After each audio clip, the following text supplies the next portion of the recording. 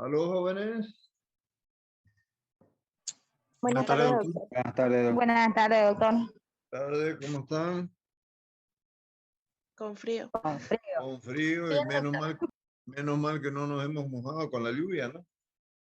Hay que abrigarse. Ya, entonces vamos a continuar. Vamos a referirnos ahora a las fichas médicas veterinarias. Y esto de modo general, porque ahí yo le indico ya a los que han sacado fotocopia, conozcan la ficha médica de emergencia. Tiene más detalle que esta que vamos a describir. Esta en forma general, ¿no? Y tiene diferencia que voy a conseguir otra de la consulta del hospital, la consulta rutinaria en los consultorios que tiene el hospital, ¿no? En cambio, esta tiene más detalle, la que está ahí para que ustedes la conozcan y después la comparamos, ¿no? Entonces dice, la ficha médica veterinaria es un documento que contiene la información sobre un paciente o un rebaño de animales. Esto cuando se trata de animales mayores, ¿no? Incluyendo los informes de laboratorio, radiografía, notas clínicas, pone de manifiesto la forma en que los veterinarios evalúan a sus pacientes, el esquema de trabajo y las actuaciones que llevan a cabo, así como las respuestas de parte del paciente. En el caso nuestro acá, tenemos más directo en pacientes, estamos hablando de pacientes críticos, ¿no? Entonces ahí tenemos que estar sobre el paciente, ¿no?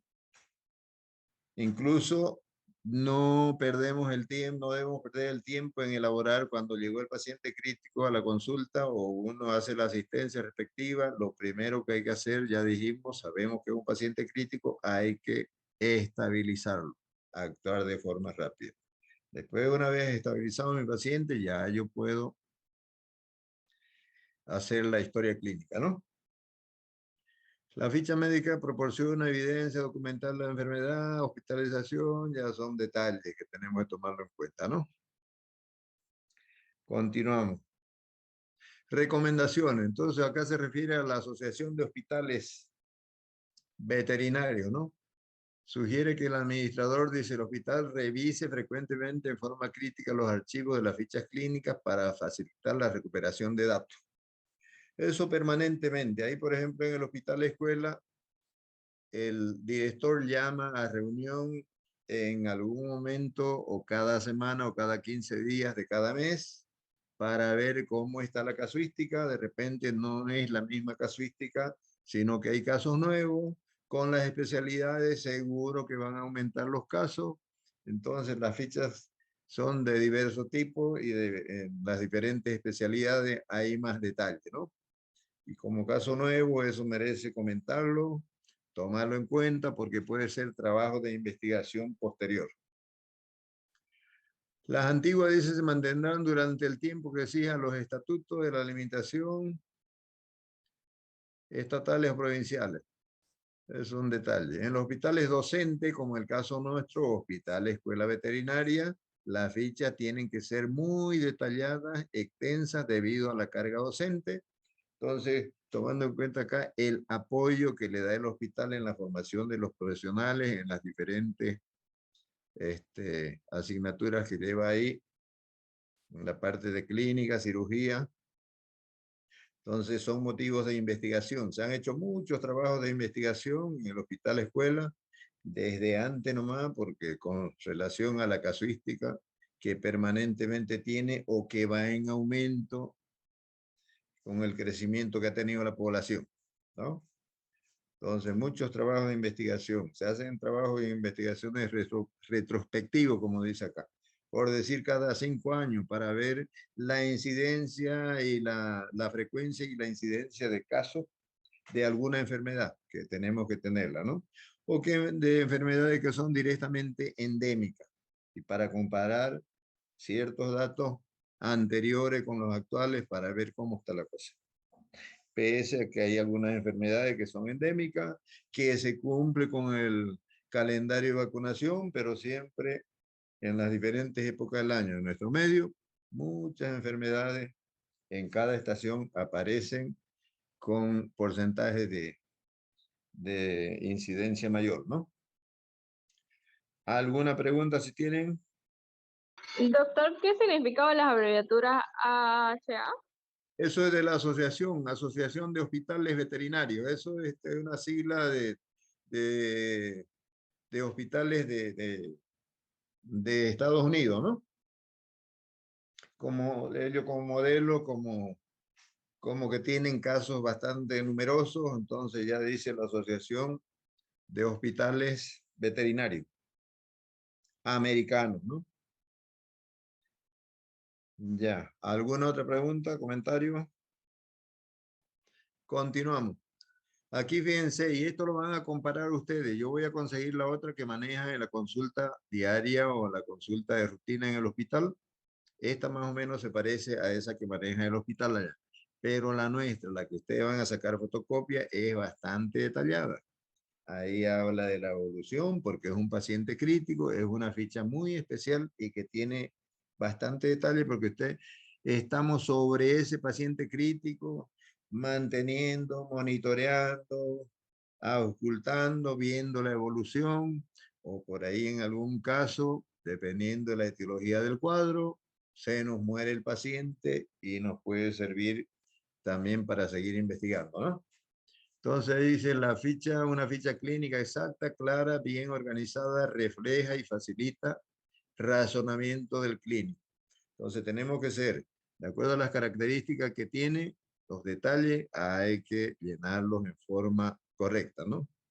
Aquí fecha de examen o fecha de ingreso del paciente puede ser también, ¿no? El inciso B, identificación del dueño y del paciente. Ahí tomamos dirección, todo, porque tiene que estar el detalle para comunicar que haya una comunicación frecuente o directa con el dueño, ¿no? Motivo de consulta, y algunos decían por ahí la anamnesis, puede ser también ahí, ¿no? Puede entrar el término de anamnesis, porque ahí detallamos la historia de esta enfermedad, lo que nos cuenta, los detalles que nos da o la información que nos proporciona el dueño, ¿no? Estado de salud actual, cómo está ese paciente, en qué condiciones está ingresando.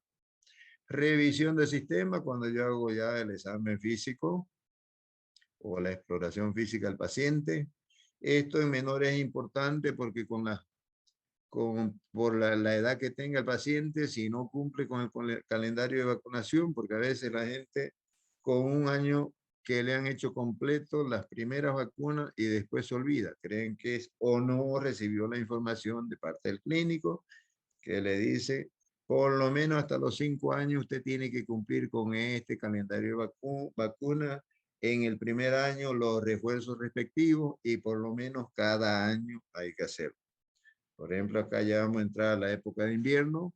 Se recomienda a aquellos animales jóvenes que han recibido contra el distemper canino, ya se recomienda que hay que hacerle antes que agudice la época de invierno, ¿no? Como refuerzo. Si ya en el primer año cumplieron los refuerzos, cada año por lo menos hasta los 5 años, ¿no?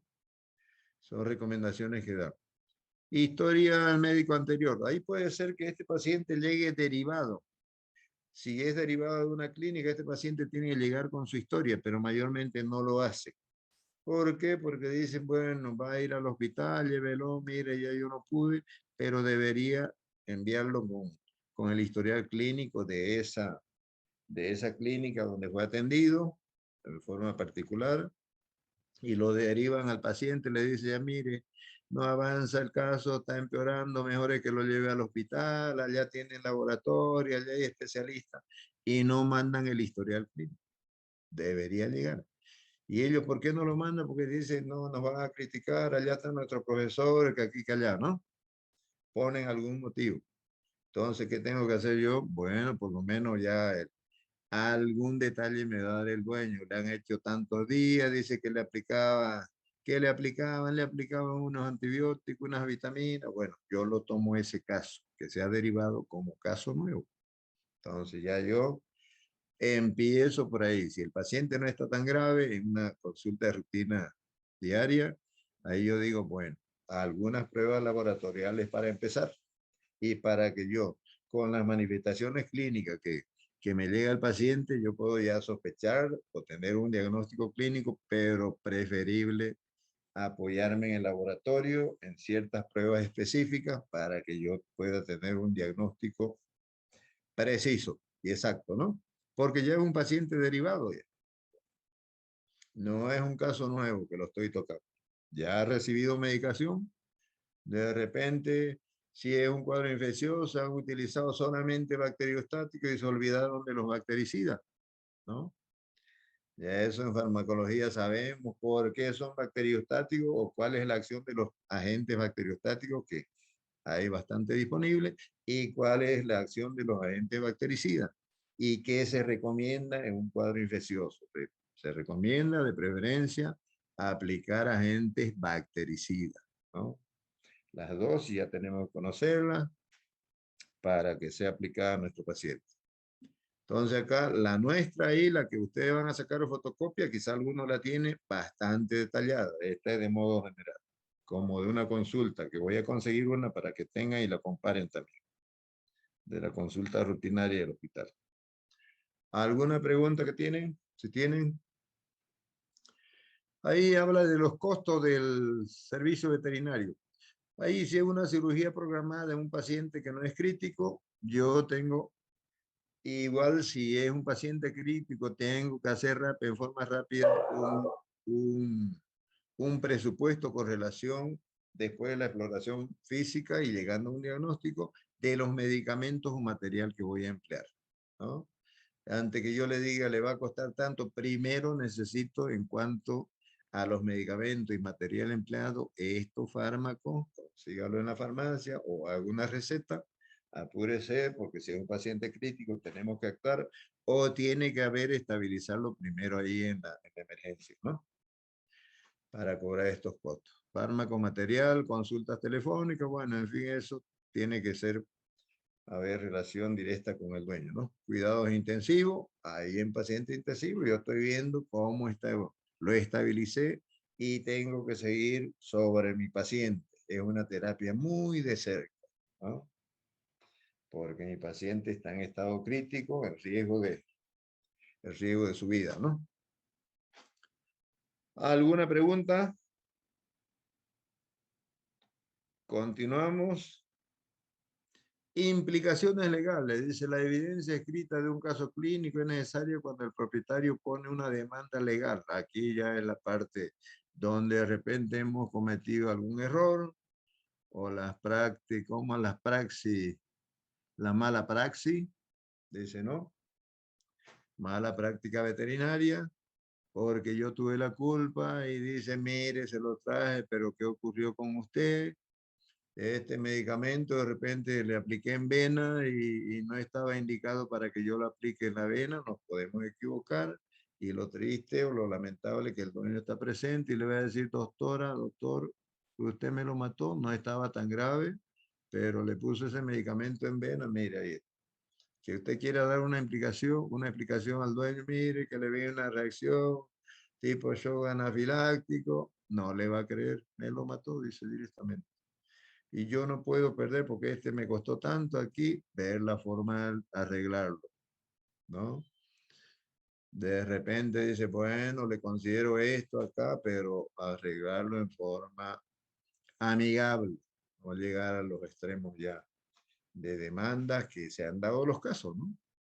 Entonces hay que tener mucho cuidado, yo digo, porque nuestros pacientes han habido casos en nuestro hospital escuela y de que de repente tenemos que reconocerlo porque el clínico o el cirujano tuvo algún descuido, alguna buena práctica ahí, ¿no? O no tomo en cuenta para la aplicación de algunos fármacos, me puedo equivocar yo, ¿no? De la vía de administración, las dosis también, algún medicamento, y así ocurren los accidentes, ¿no? Luego dice evitar los residuos. Esto ya en farmacología decimos mayormente está indicado para problemas, como hablamos de modo general, hablamos de mayores menores, o hablamos de animales grandes en producción. Estos residuos se dan cuando hay que tener cuidado cuando uno está tratando un animal que está en producción. Leche o carne no tiene que ser destinada para el consumo humano, ¿no? Son animales grandes y son antibióticos, antiparasitarios, algunas hormonas. Entonces, si está esa leche, si es productora de leche, no tiene, caso de mastitis, por ejemplo, ¿no? No tiene que ser destinada para el consumo. Si es un animal de carne pesado, grande, está recibiendo algunos antibióticos, entonces la dosis, los volúmenes son grandes. Entonces, recomendarla ahí el dueño directamente o el clínico da la explicación al dueño, se está en tratamiento, ha recuperado 3 días de tratamiento, 5 días, por favor, 7 días o 10 días más, si lo va a mandar al sacrificio, por lo menos tenga este tiempo, tome en cuenta para evitar estos residuos que pueden aparecer ya en el tejido de la carne, ¿no?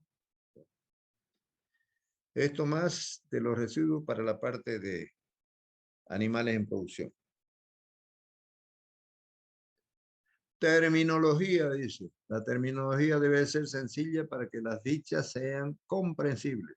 La legibilidad es esencial, que sea legible.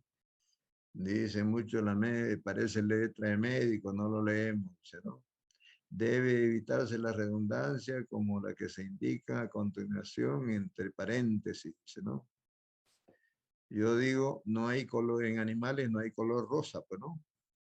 Podemos decir un perrito bayo, un perrito blanco, un perrito negro, ¿no?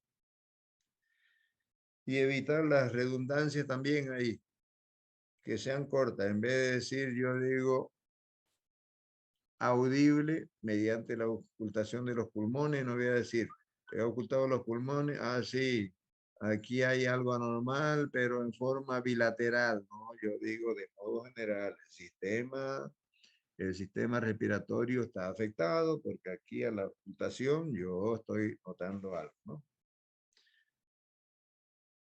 Hay que hacer, dice, énfasis en lo que el clínico observa en vez de lo que hace, ¿no? Claridad de las fichas, deben usarse palabras cortas cuando tienen el mismo significado, por ejemplo. En vez de decir tocar, o yo puedo decir tocar en vez de decir palpación. Tóquelo, compruebe el tacto a través del tacto, tóquelo. Fíjese acá, esta normalidad, esta prominencia, o aquí en tejido subcutáneo estoy percibiendo algo, y eso lo hacemos a través del tacto, ¿no? En vez que yo diga haga la palpación. En vez de diga escuche oír, en vez de auscultar. Yo lo puedo escuchar si hay un sonido también por ahí anormal en cuanto a la tos, por ejemplo, o a la voz del paciente, porque para ocultarlo tendría que tener el estetoscopio, fonendoscopio, ¿no? Entonces, estas son recomendaciones que se dan. Continuamos. ¿Alguna pregunta si tienen? ¿Algún comentario? Disculpe, doctor, ¿podría volver a Digas, repetir el punto 4, por favor? ¿qué dice el punto 4?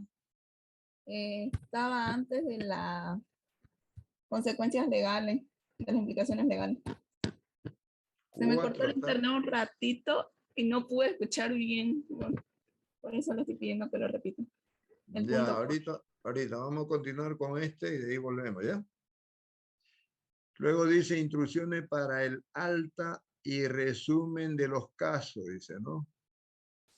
Cuando el animal es devuelto a los cuidados del dueño, aquí también tiene que ser paciente crítico que estuvo internado, que yo estuve sobre él, que recibió tratamientos aquí y allá, pruebas laboratoriales, hablamos del diagnóstico, entonces ya tiene que irse ese paciente a la casa, pero necesariamente dependiendo del cuadro, la etiología que ha tenido, para que yo tenga el diagnóstico en detalle, ahí yo tengo que dar algunas indicaciones claras para el paciente, ¿no? Para que el dueño continúe. De repente le digo, mire, estos medicamentos ya le hemos inyectado, pero necesariamente que por lo menos una semana más o 5 días más siga tomando, que permite darle por vía oral. Así que yo le voy a dar y cumpla con eso, ¿no? Si en ese intervalo de 7, 10 días no hay ninguna recidiva, una recaída por ahí, entonces ahí Antes me lo trae usted de aquí a los 15, 12 días después de haberle dado de alta. Y en las recomendaciones que va a recibir, depende del cuadro clínico, el paciente ahí, desde la dieta y las condiciones en donde tiene que estar él bien protegido, peor si hay cambio climático, ahí tiene que ser favorable para que haya una recuperación total. Pero si no hay ninguna, después de que yo le di de alta la fecha, considero en 10, 12, 15 días máximo, quiero nuevamente hacerle una revisión. Si hasta ahí está todo normal, entonces el paciente hemos superado el cuadro clínico que tenía, ¿no? Está totalmente sano. Y ahí ya empezar ya en algunos refuerzos de algunas vacunas, si es que dependiendo de la edad o para cumplir con con el calendario de vacunaciones que tiene que cumplirse, por ahí no estaba interrumpido, ¿no? Entonces, volver a la reconsulta para que definitivamente ya le dé de alta. Digo, hasta aquí hemos cumplido, está sano, pero mantenga esta dieta, estas condiciones donde él está permanentemente, o evite, si es un macho o una hembra que va a entrar en celo, por lo menos no la haga cruzar todavía, o no la haga cruzar al macho, si es macho. Todas esas recomendaciones se dan, ¿no? Cuando da uno el paciente alta. Si es para vacunación, por lo menos después de que ha recibido un tratamiento largo, por lo menos 15 días, dando lugar a que ese paciente elimine todos los medicamentos que ha recibido, esté normal sus funciones vitales, la parte digestiva, respiratoria, cardíaca, para que yo haga las respectivas vacunaciones o refuerzos si es que necesita el paciente, ¿no? ¿Alguna pregunta si tienen? A ver, ahorita vamos a volver al número 4 de que dijo. 4 dijo, ¿no? Sí, doctor, el punto 4, por favor.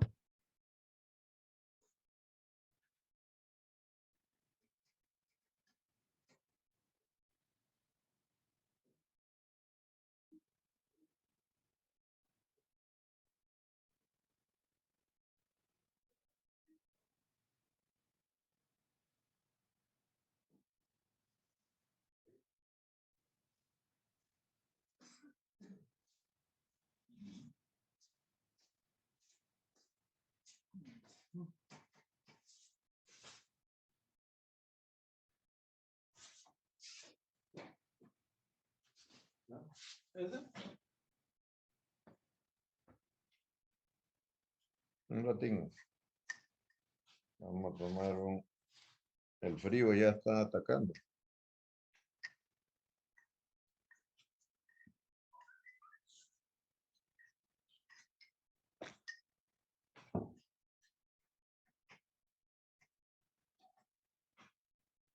Punto 4. El costo. Aquí decía, ¿no? Costo de servicio veterinario, ¿no? Sí, doctor, ahí. Ya. Aquí decíamos, si es una cirugía, como estamos hablando de modo general, si es una cirugía programada, usted tiene que hacer ya un presupuesto con relación, hablando con el dueño, dando las explicaciones respectivas. Si es una cirugía, toma en cuenta después la exploración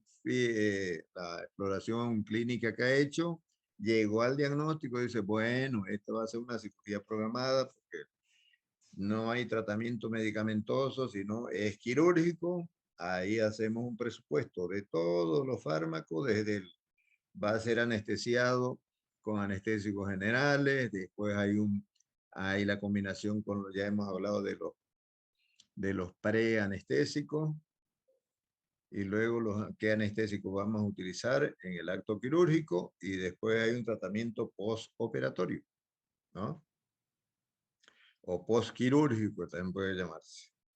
Y si ese paciente va a quedar internado, entonces ahí hay que explicarle al dueño en qué consiste toda la actividad que va a tener el profesional médico ahí, ¿no? Entonces un presupuesto en cirugía programada se da. Esto es, mire, este es el caso, mandé pruebas para confirmar el diagnóstico, lo hemos examinado y este es el resultado que me da el laboratorio.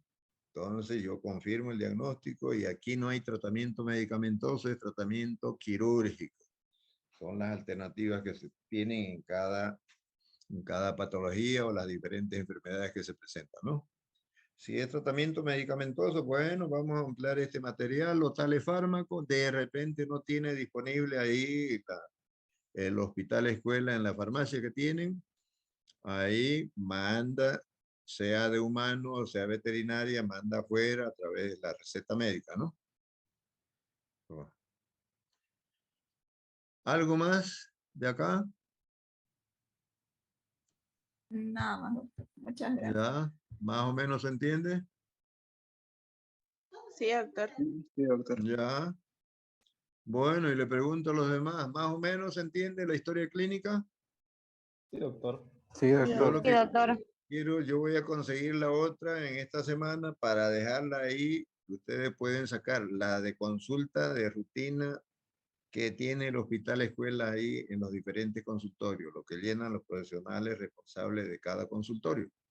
Entonces, Doctor, y van a compararla con esa que ya tienen ahí, que está con la clínica de emergencia. Fíjense bien detallado en ambos. La primera página, en la segunda, llenado porque ese paciente incluso dice evolución de la enfermedad o evolución del paciente. Dice. Tratamiento recibido, el primer tratamiento, segundo tratamiento, bien detallado.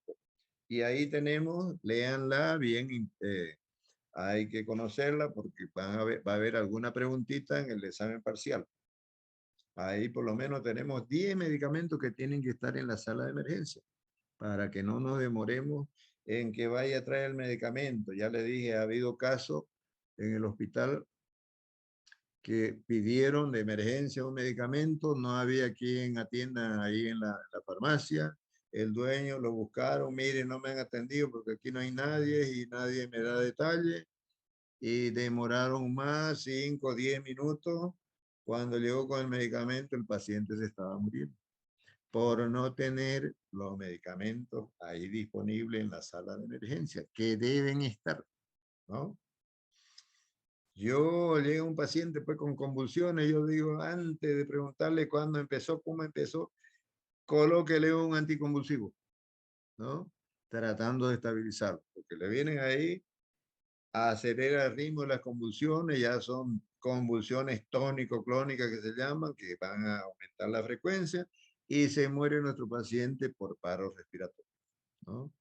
Llega un paciente con una hemorragia aquí y allá, bueno, si yo puedo utilizar ahí pinzas hemostáticas, veo de dónde sale, ubico más o menos, puedo pinzarlo directamente y ya digo, colóquemele vitamina K, antihemorrágico, ¿no? Todos esos medicamentos tienen que estar ahí, a mano del clínico, del especialista, porque es un especialista que está y cualquier momento le llegó el paciente con alguna etiología o varias etiologías, ¿no? O no solamente un paciente, otros pacientes también pueden llegar. ¿Alguna pregunta? doctor, una pregunta. Dígase. En esos medicamentos podrían entrar igual la ketamina, silacina, lidocaína, podrían entrar igual ahí Claro, en emergencia? tiene que tener, usted por ejemplo, ahí el diazepam es un anticonvulsivo. O sea, usted para calmar convulsiones puede utilizar los tranquilizantes generales. Y ahí en los tranquilizantes generales hay la división entre tranquilizantes mayores y tranquilizantes menores, ¿no? Pero eso está en relación a la concentración que tenga. Menores, ¿por qué? Porque tienen menos concentración. Yo comparo, yo tengo aquí un disponible, aquí una presentación medicamentosa y puedo decir tranquilizante menor. ¿Por qué menor? Porque tiene menos concentración que el mayor que va a tener. Si este tiene 1%, de repente el otro tiene 3 o 4%. Entonces usted también para aplicarlo. Tome en cuenta que estos son agentes depresores, actúan sobre el sistema nervioso central. Y si su paciente llegó con un trauma a nivel de cerebro y pasaron unos minutos, una hora, de repente usted dice, ya el sistema nervioso central está afectado. Le pondré el tranquilizante menor porque tiene menor concentración, en vez del mayor, porque el mayor aplica usted la dosis indicada, pero de repente hay una acción acentuada y puede producir el paro respiratorio. ¿Por qué? Porque ya le estaba afectando el trauma a nivel del cerebro, ¿no? A eso ya en la práctica se lo maneja en forma más correcta, pero hay esa clasificación. Ahí están, decía usted, los tranquilizantes, ¿no? Tiene que tenerlo, o tiene que tener, es que yo digo lo siguiente, para conocimiento ustedes, los tranquilizantes generales, así como su nombre dice tranquilizante, tranquilizan al paciente o disminuyen la hiperactividad que tiene. Pero algunos de ellos, por dosis y concentración, puede utilizarlo como anestésico. Como también los anestésicos generales, por dosis y concentración, yo puedo utilizarlo como tranquilizante y no como anestésico. O sea que calculo el peso, hago una leve, determino la dosis, una dosis mínima, que es un tranquilizante mayor, un anestésico mayor, y me va a actuar, si no dispongo de tranquilizante.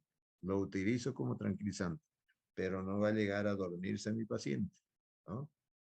Entonces eso en la práctica se da. Pero ya yo tengo que manejarlo con mucho cuidado porque son agentes depresores. Están haciendo directamente acción sobre el sistema nervioso central.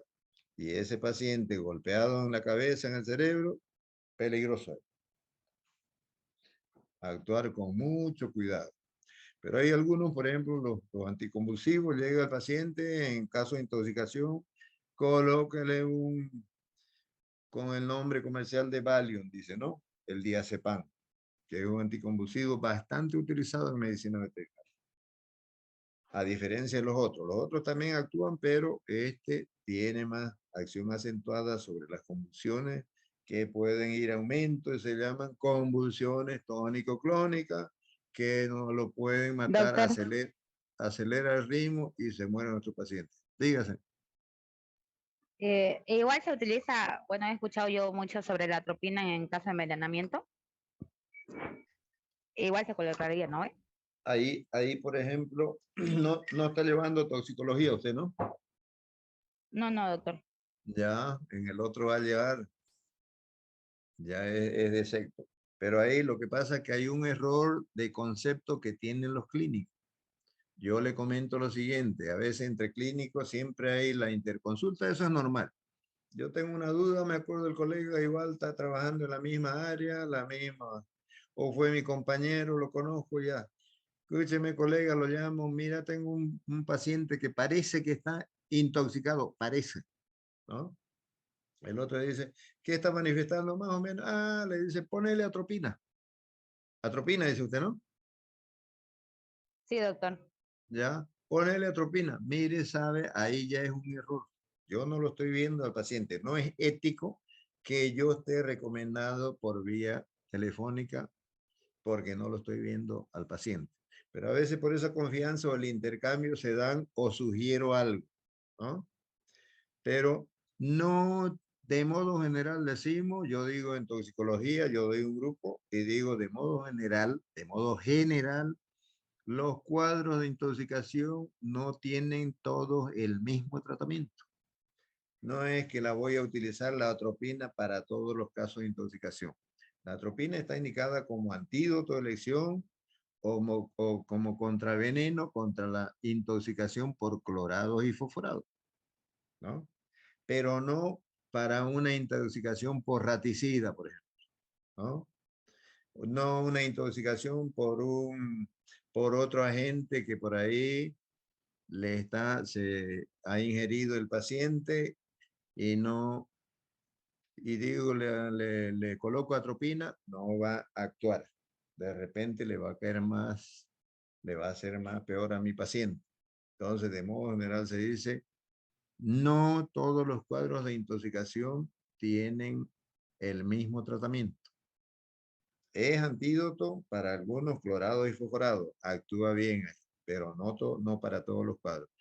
No que yo diga, está intoxicado, póngale atropina. Nada, es un error eso, es mala recomendación o mal concepto que tenemos.